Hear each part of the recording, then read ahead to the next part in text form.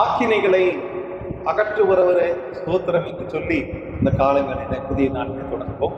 செப்பனியாமும் 15 கர்த்தர் உன் ஆக்கினைகளை அகற்றி உன் சத்துருக்களை விலக்கினார்.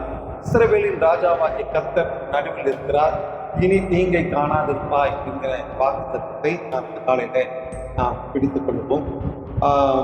இஸ்ரவேலின் ராஜாவாகிய கர்த்தர் உன் நடுவில் இருக்கிறார், இனி தீங்கை தேசத்திலே பஞ்சமோ பட்டினியோ இனிமேல் அவர்களை மறுபடியும் அந்நிய தேசத்துக்கு திரைபோக்க இதில்லை என்பதை தேவன் தன்னுடைய கர்த்தர் அவருக்கு வாக்களிக்கிறார்.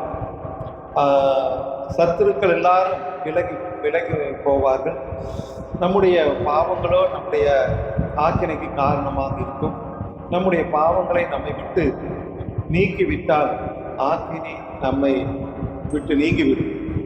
நாம் தகப்பனாகிய தேவனிடத்தில் வேண்டுதல் செய்யும் போது நம்முடைய பாவங்களுக்கு நம்மை விலக்கி அவர் ரட்சிப்பார். கர்த்தருக்கு விரோதமான பாவம் செய்து கர்த்தருக்கு சமூகத்தில் வராதபடி பாவத்தை விட்டு விலகி அவரிடத்தில் மன்னிப்பு கேட்டு கர்த்தருக்குள் சந்தோஷமாய் இருக்க பழைய கொள்வோம். கர்த்தர் நம்மை ஆசீர்வதிப்பாராக. ஆமென்.